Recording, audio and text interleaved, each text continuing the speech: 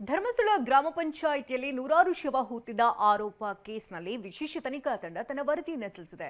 ಬುರುಡೆ ಗ್ಯಾಂಗ್ನ 6 ಮಂದಿಯ ತಂಡ ಯಾವ ರೀತಿ ಕೋರ್ಟ್ನ ದಿಕ್ಕು ತಪ್ಪಿಸಿದ್ದಾರೆ ಎನ್ನುವುದನ್ನು ಉಲ್ಲೇಖಿಸಲಾಗಿದೆ.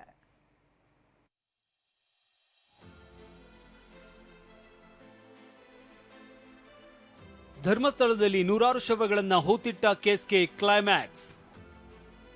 ಬೆಳ್ತಂಗಡಿ ಕೋರ್ಟ್ಗೆ ಚಾರ್ಜ್ ಶೀಟ್ ಸಲ್ಲಿಸಿದ ಎಸ್ಐಟಿ.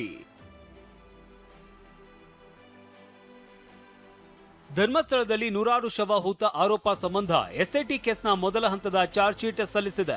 ಮಾಸ್ಕ್ ಮ್ಯಾನ್ ಚಿನ್ನಯ್ಯನ ದೂರಿನಿಂದ ಆರಂಭಗೊಂಡ ತನಿಖೆ 4 ತಿಂಗಳು ನಡೆದಿತ್ತು. ಸುದೀರ್ಘ ವಿಚಾರಣೆ ಬಳಿಕ ಎಸ್ಐಟಿ ತನ್ನ ವರದಿಯನ್ನ ಬೆಳ್ತಂಗಡಿ ಕೋರ್ಟ್ಗೆ ಸಲ್ಲಿಸಿದೆ.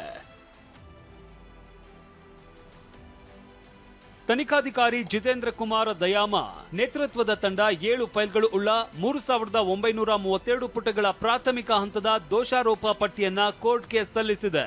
ಆರಂಭದಲ್ಲಿ ಚಿನ್ನಯ್ಯನ ಹೇಳಿಕೆ, ಮಹಜರು, 17ಕ್ಕೂ ಹೆಚ್ಚು ಜಾಗದಲ್ಲಿ ನಡೆದಿದ್ದ ಸಮಾಧಿ ಶೋಧ, ಆತನ ಸಂಪರ್ಕದಲ್ಲಿದ್ದ ಮಹೇಶ್ ಶೆಟ್ಟಿ ತಿಮರೋಡಿ, ಗಿರೀಶ್ ಮಟ್ಟಣ್ಣನವರ್, ಸುಜಾತಾ ಭಟ್, ವಿಠಲ್ ಗೌಡ ಹೀಗೆ ಎಲ್ಲರ ಹೇಳಿಕೆಯನ್ನ ಎಸ್ಐಟಿ ತನ್ನ ವರದಿಯಲ್ಲಿ ಉಲ್ಲೇಖಿಸಿದೆ.